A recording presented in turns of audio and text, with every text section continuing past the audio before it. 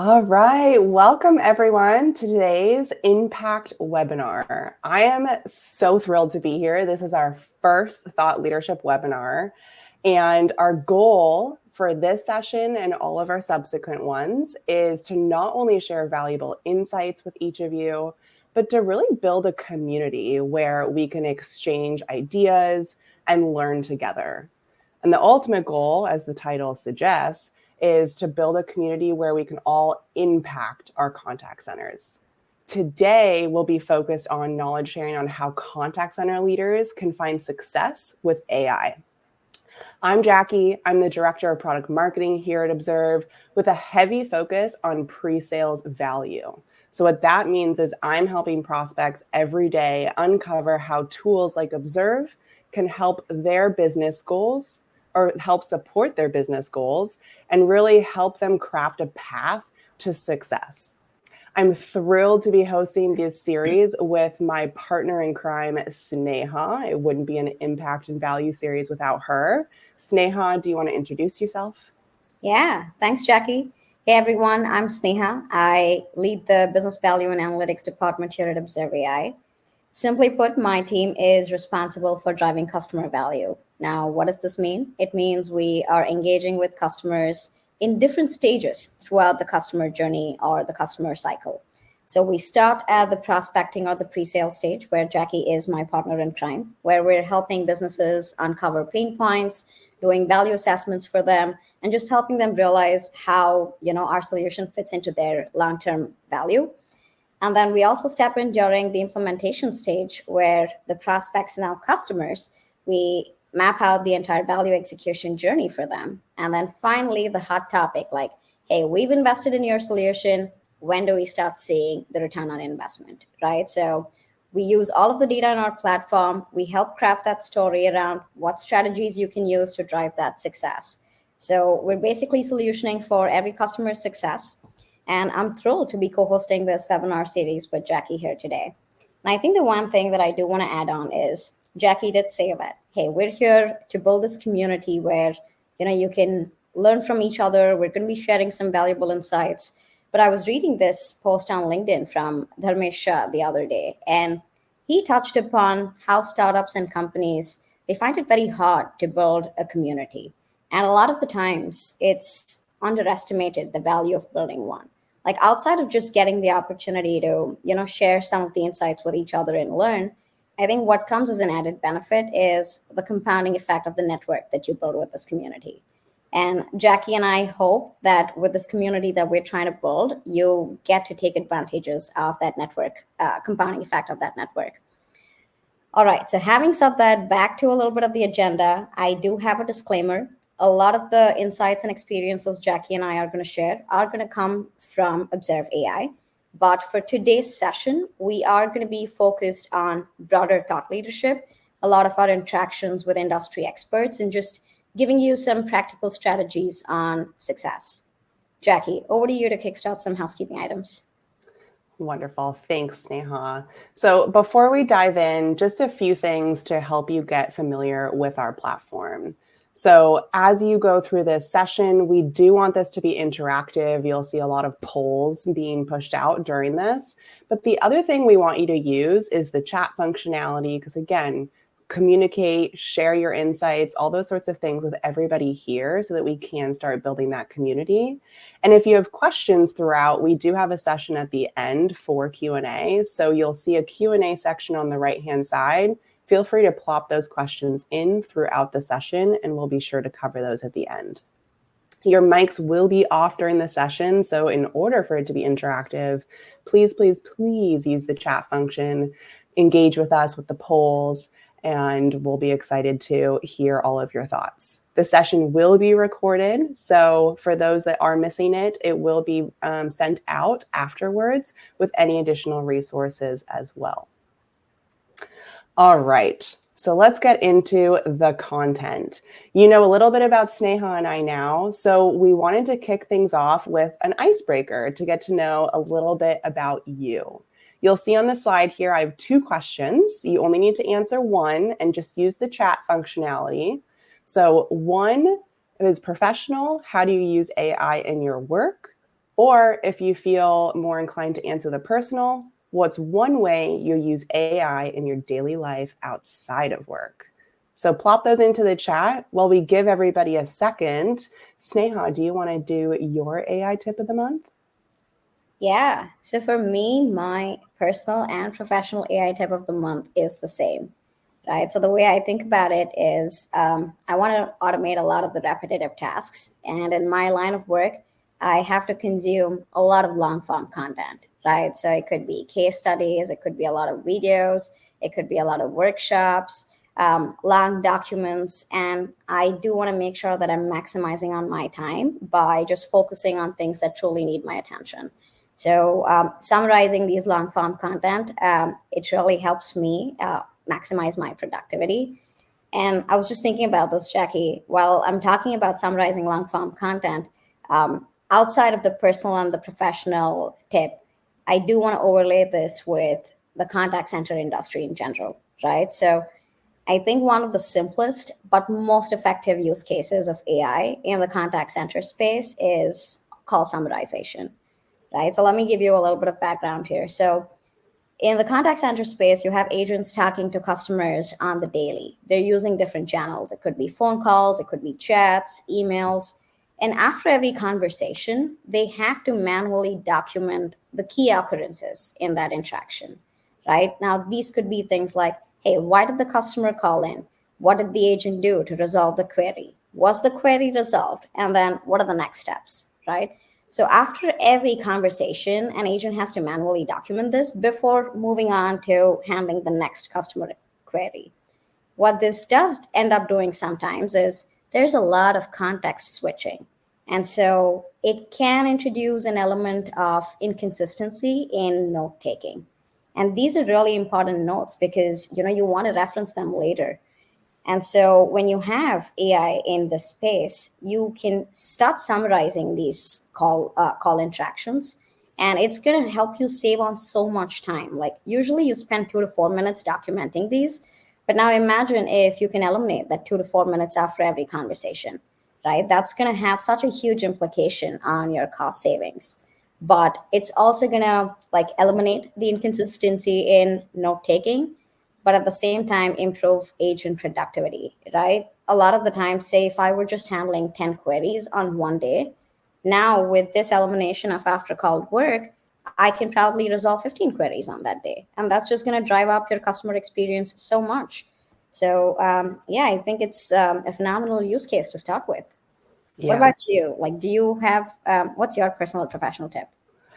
Well, I'll go personal, but I love that point of the best use case of summarization. And we talk about this a lot with contact center leaders in healthcare, right? They focus so much on their customer experience, but their agents have a million things to do within that conversation. So if you can offload those note taking and help them actually be present and help that patient or member, it's just phenomenal and definitely a light bulb moment for a lot of those contact center leaders. So I love that. I'll go personal.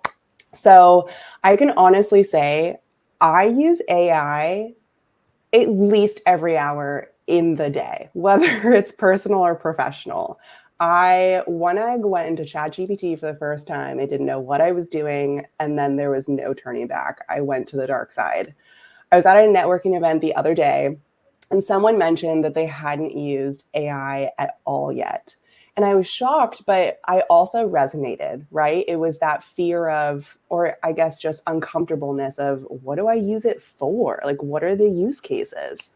And I told them that it's okay, but you're missing out. Like, there's so much goodness.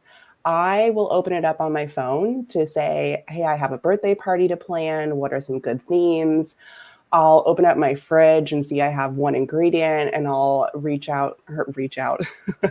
I'll type in, this is just my personal assistant. I feel like at this point, I'll reach out to my AI assistant and I'll say, I have this left in my fridge. What can I make with that? So it really does help me in all ways. So I absolutely love it.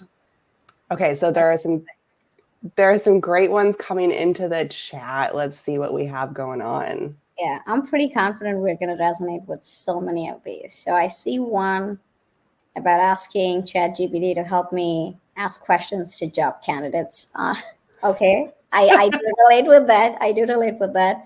I also see someone, using ChatGPT to help plan a family trip to Spain. That's literally what I did. So I recently went to Istanbul and I just used ChatGPT to plan like a 7-day itinerary for that. So love Love it. that.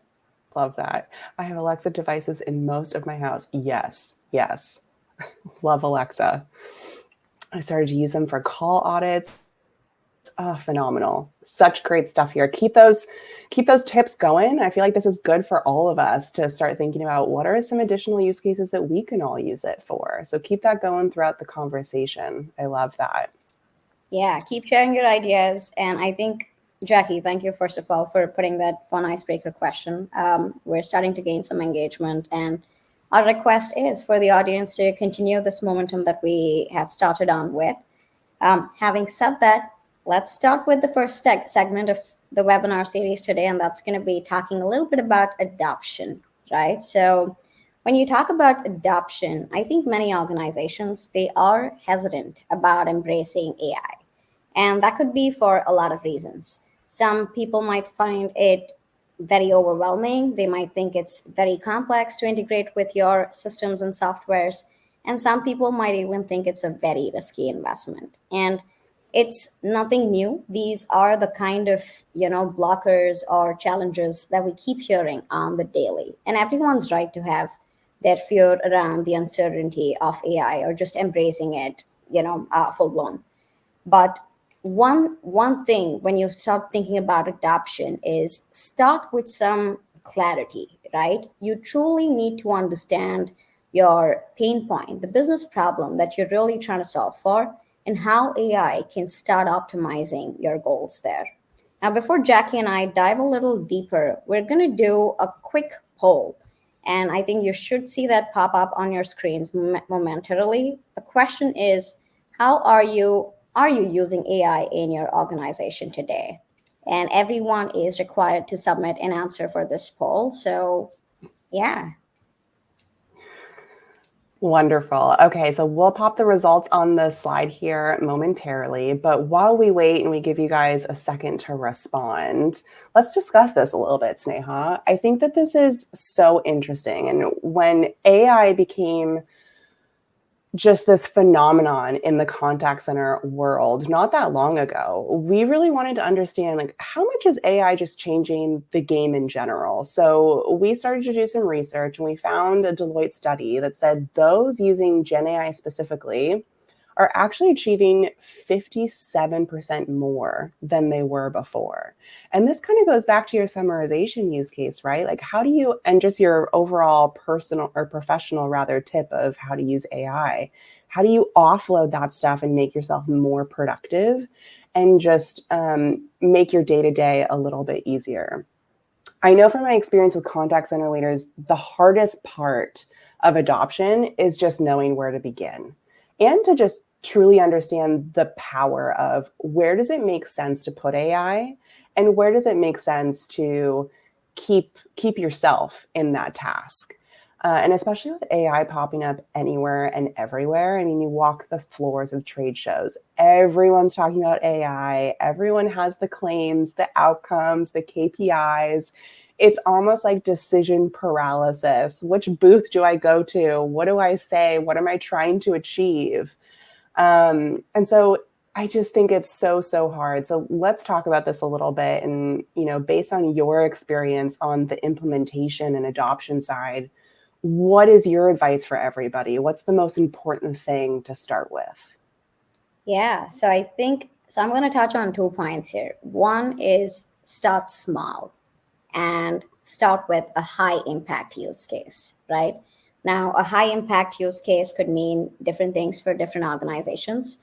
I can give you one example top of mind for me, maybe CSAT. So I think one common theme that all organizations are driving towards is providing that Emirates level customer experience, right? And a lot of times, the indicator for customer satisfaction is either like an NPS score or a CSAT survey score. Now, let's talk about the CSAT survey score a little. Now, you might send out these survey results to maybe 80% of the people that you're interacting with. Of that, the people who are actually going to respond to your survey, the take rate is anywhere between 5 to 10%. And that's a very small sample size for you to truly assess that this is the CSAT score of your organization, right? So, one example of how AI fits in here is you can start using AI to identify your interaction level sentiment, right? So, what's the sentiment throughout the conversation at an agent level? What's the sentiment throughout the conversation at a customer level? And then assign a sentiment score at every interaction. I'm not picking and choosing specific interactions out of like the millions of calls people take in contact centers.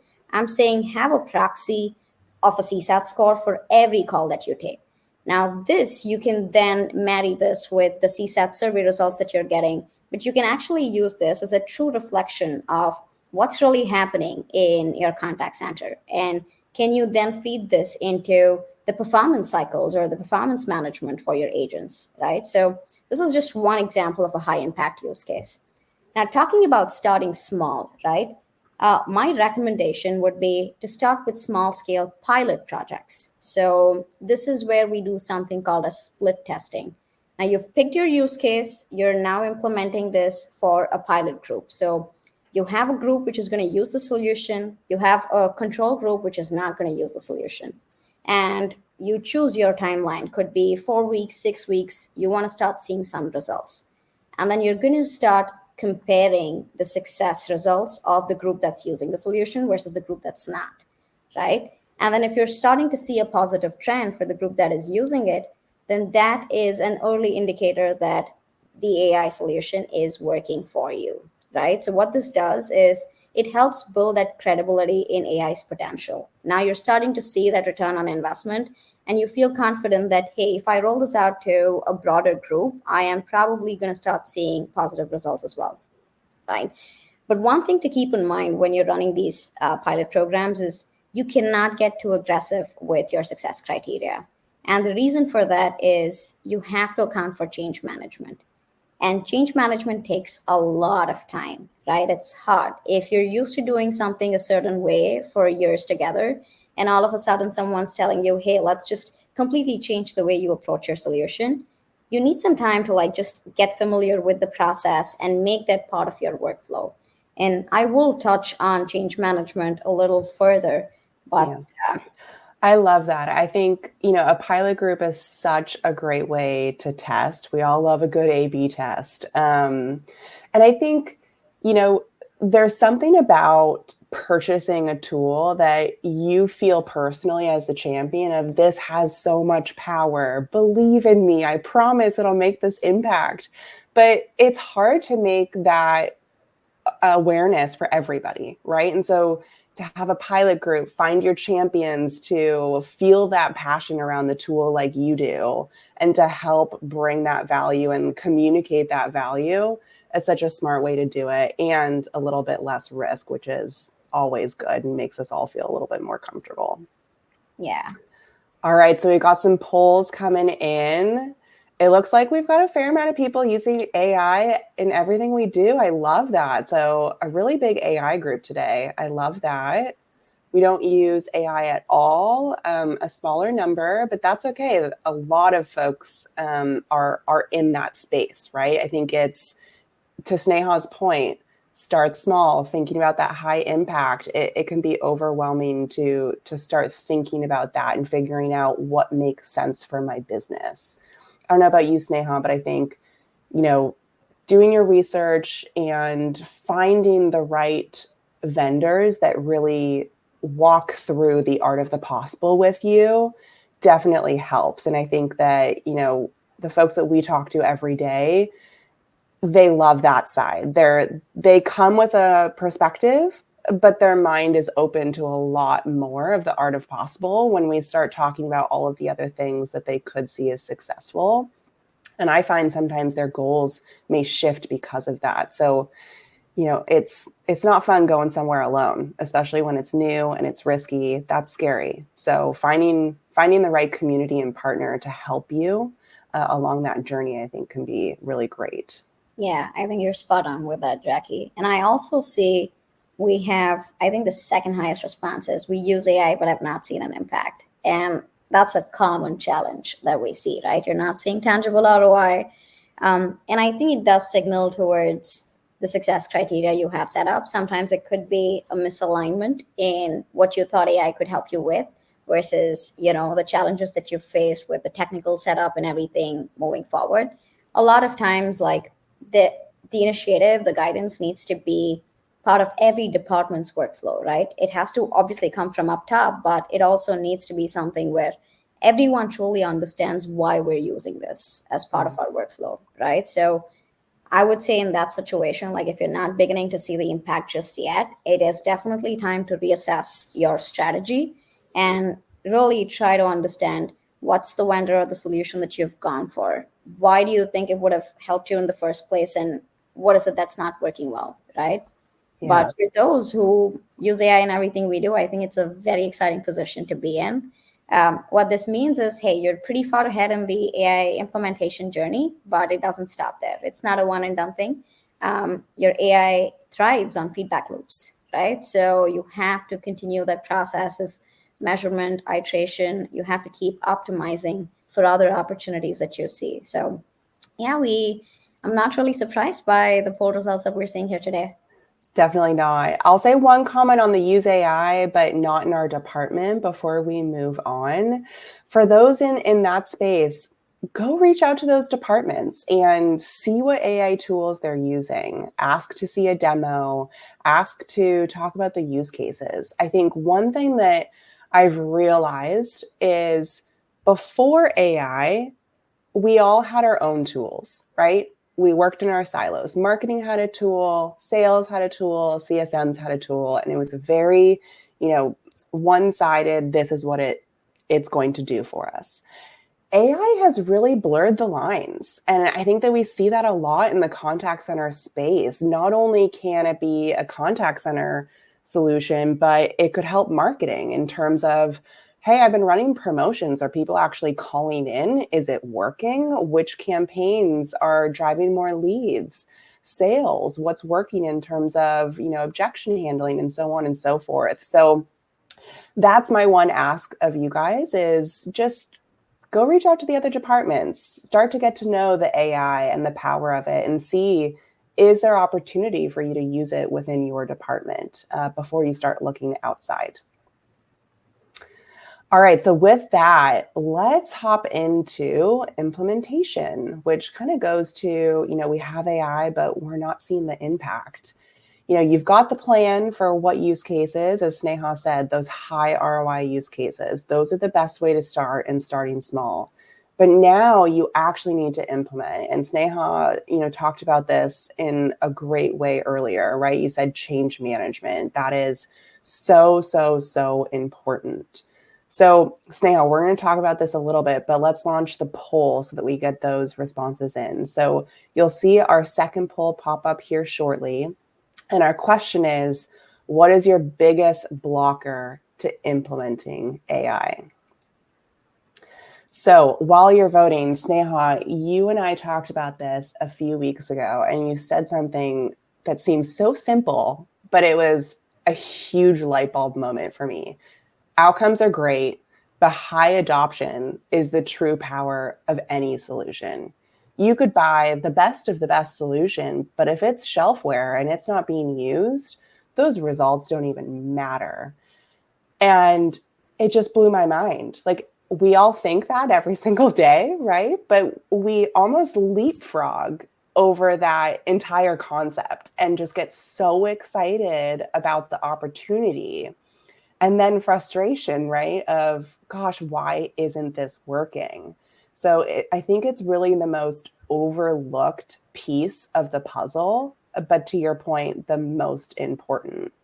So let's talk about like how you've seen the most successful implementations. What are some tips that the folks here today can take and start thinking about once they hone in on, okay, this is the use case I want. Now, how do I start thinking about the success of it? And while you're answering, we're going to pop the results up on the poll so that we can kind of see that in action. Yeah, sounds good. Okay, so from my perspective, there's no one size fits all, right? It is a truly customized opportunity to drive that adoption, to drive that implementation. And it depends where the customer is at in their tech journey, right? So some organizations could have AI embedded in every workflow. Some of them are just getting started and just don't know, like, how to incorporate that as part of everyone's workflow. It depends on the breadth of your tech stack. It depends on whether you're using a legacy software, the integration. It also depends on, the openness of the organization to adopt a new technology. Yeah. So I know I briefly touched upon change management in the previous poll as key to driving implementation success, right? And we all know change management takes time. It's one of the toughest things to do when it comes to implementation. And the way I think about it is, for you to start getting people to do something, or for you to start people to implement something, the experience has to be very simplified. You have to make it easy, right? And if the experience is not intuitive, you're not going to be able to drive that adoption. And if you're not able to drive that adoption, you're not going to see any value out of it. And one way of overcoming this implementation hurdle could be establishing playbooks, right, or success frameworks that have worked well for similar customers in this industry, targeting the same type of KPIs, right? So it goes to show that, hey, this is not the first time we're dealing with a customer in this space. We've had other people aim for similar targets. We've seen what's worked well for them, what's not worked well for them, and we have a solution in place to help you reach that success, right? The other piece is, and this is very critical during the implementation success stage, it is daily monitoring of the trends in the results, right? So a lot of times, I think one thing that gets missed with organizations is you are looking at a weekly trend, a bi-weekly trend, and then based on the aggregation of that data, you're trying to drive some change.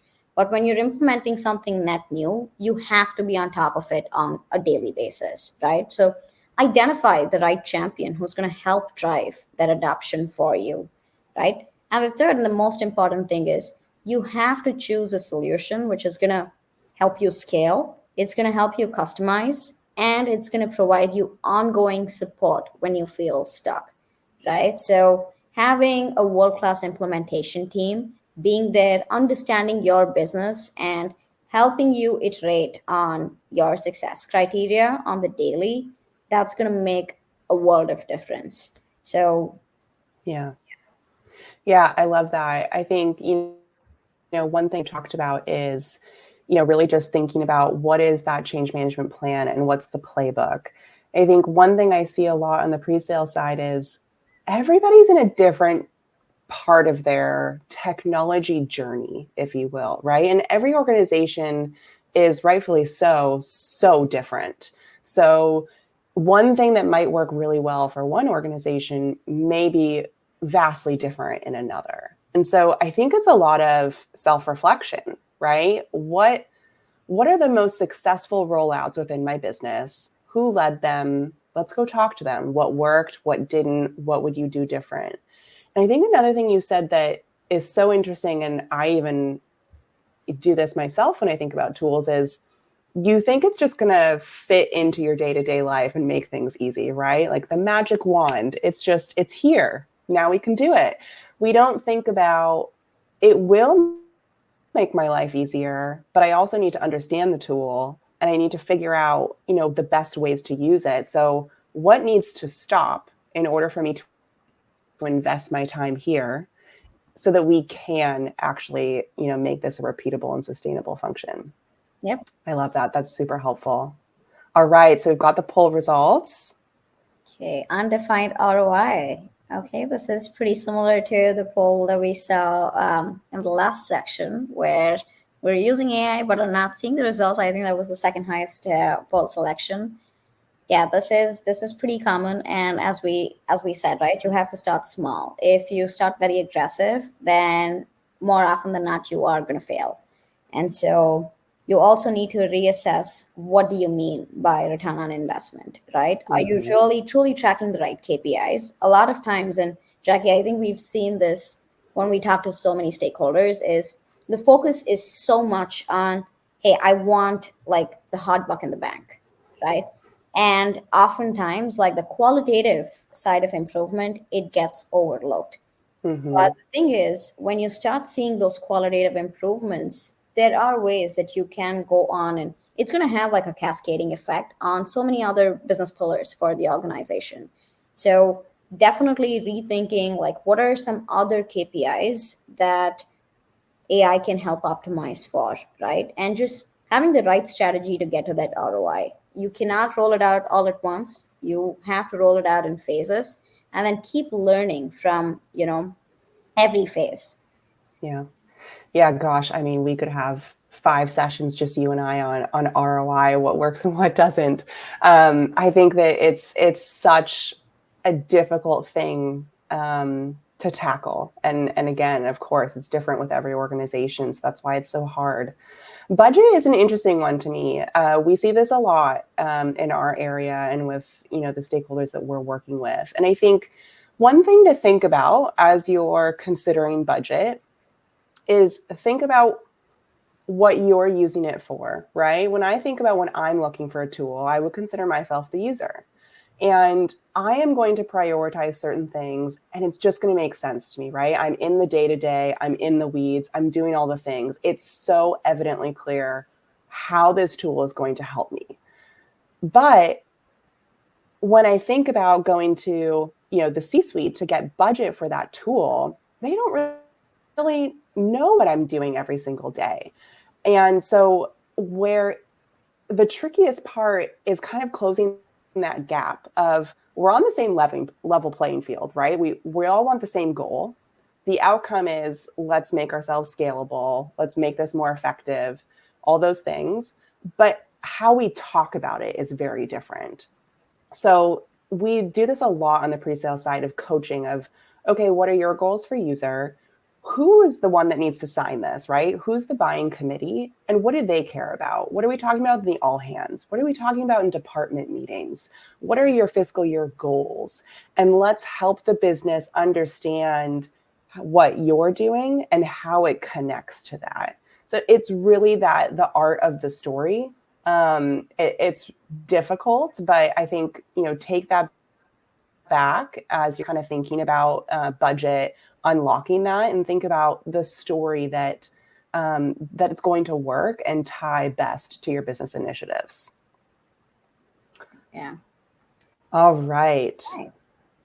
Okay, so I think we've talked about adapt, we've talked about adopt, and then now comes the final segment, which is achieve. And I think this is the hot topic. This is what everyone's interested in. Hey, I've invested in AI. Now, when do I start seeing the results, right? How do I start achieving sustainable results?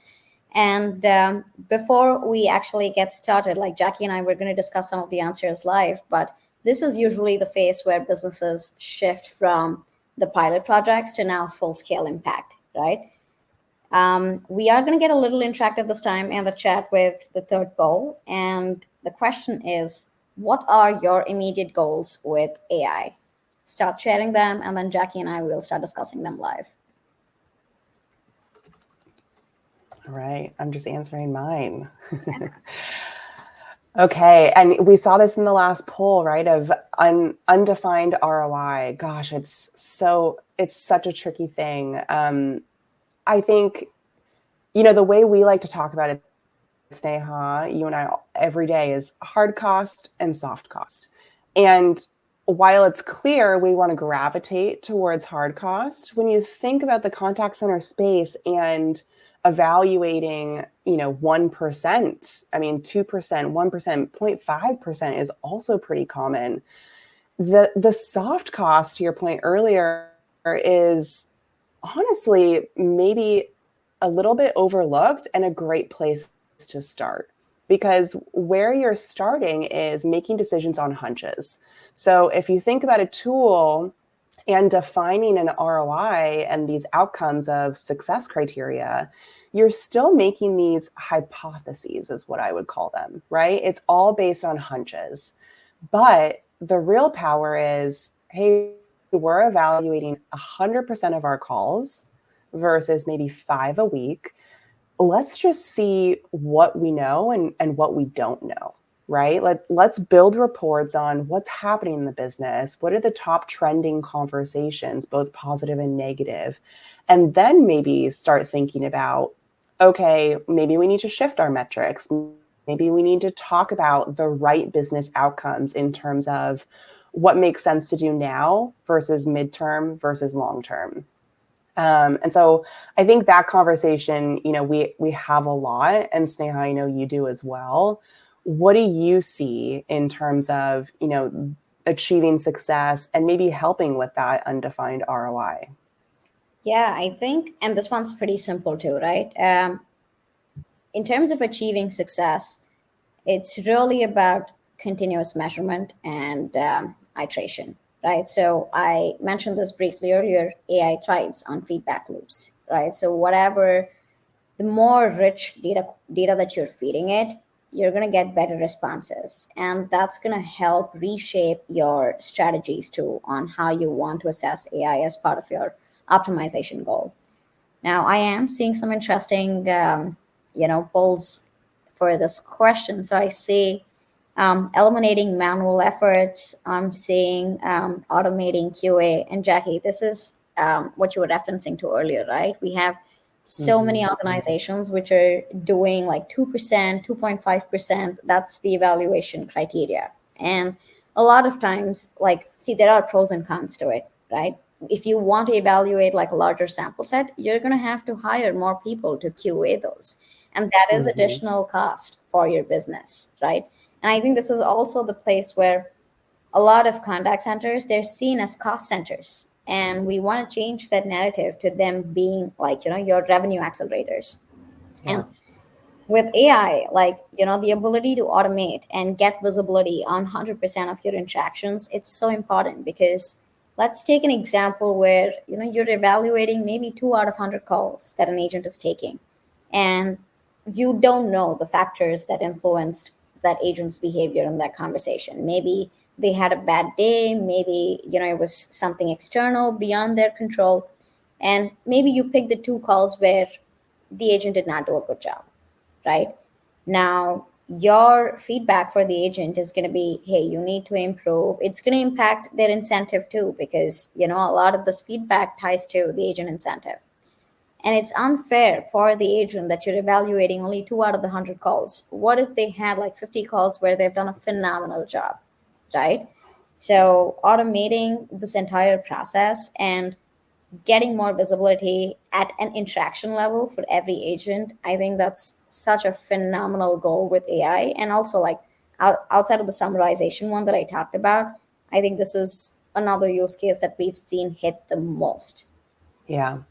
Yeah, and reduce headcount is also interesting. I want to flip that to something else I've seen a ton, and that's do more with less, right? So my business is growing, my channels are growing, the volume and the demand is growing, so my agents need to grow, but our QA can't, right? And so how do we help the QA team scale along with the business? So I think that's a really big talking point as well.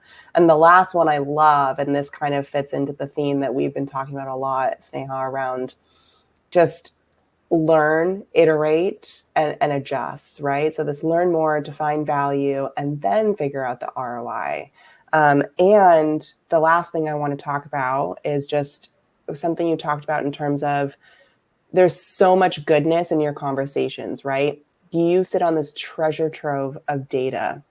So how do you push that through the business, right? So just simply listening to all of those conversations and getting that data around the 100% interactions, the the value is endless, right? You can now, instead of being the cost center, be almost a growth center or a value center to the entire business. You have a seat at the table in these business conversations of where do we strategically need to go and how do we get there. You are now powering those conversations, and I think that's the most exciting. So definitely don't overlook those insights. That could be a really powerful conversation for your next project and an AI tool. Yeah. And I think like before we do move on to the next section, this one is something that I found pretty interesting too, and that's remove simple calls and allow callers to self-serve with these calls while providing agent assist to help with leftover more difficult calls. So I think simply, and this is a core use case, right? Like you want your agents to focus on the more complex type of queries that they're handling and have the simpler ones automated if possible, right? And obviously, this goes back to making sure that the agent productivity improves. You see, we do know that a lot of times these situations are very subjective, and you can't always have AI take over everything, right? We still need humans in the loop to provide that, sense of comfort and just build that credibility with the customers that you're dealing with. So when you have this gold mine of insights, when you're starting to see like, hey, historically these are some of the most common reasons people contact us about. These are what your top performers are doing to resolve them. This is the gap between your top and bottom performers. When you have so much information to coach on, you can then automate that process, right? You can now take a more informed decision about, hey, I know that these calls are like simpler types of queries that can be automated. And then the ones which take longer time to resolve or probably have multiple repeat calls with it, those are the ones I truly want to train my agents to focus on. So, yeah, I think we've got some really good responses for this one. Yeah. Yeah, love it. Okay, so um, at this point, we are going to open it up to questions. Thank you guys so much for being so interactive during the polls. It really was fun to get to know, where you guys are at and how we can help and just really start that knowledge sharing.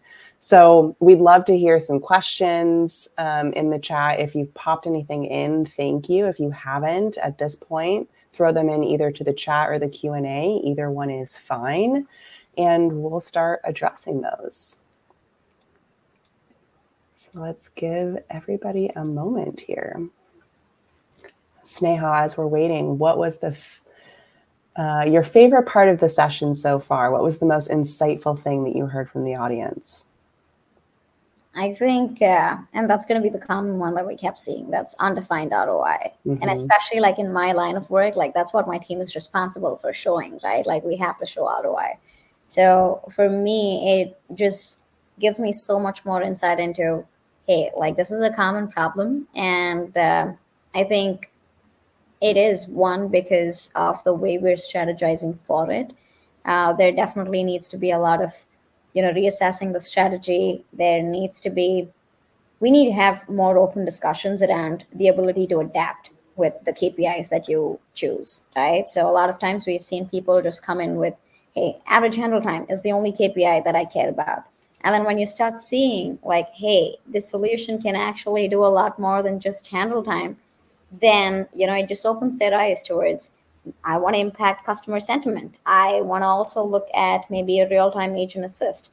So it's like opening a can of worms, but in a good way. So for me, that's definitely been, it kind of validated my hypothesis. So yeah. Yeah, I love that. All right, so we have our first question from Rick. He said, you said start small. How do you figure out where and what that is? That's a great question. Sneha, do you want to take that one?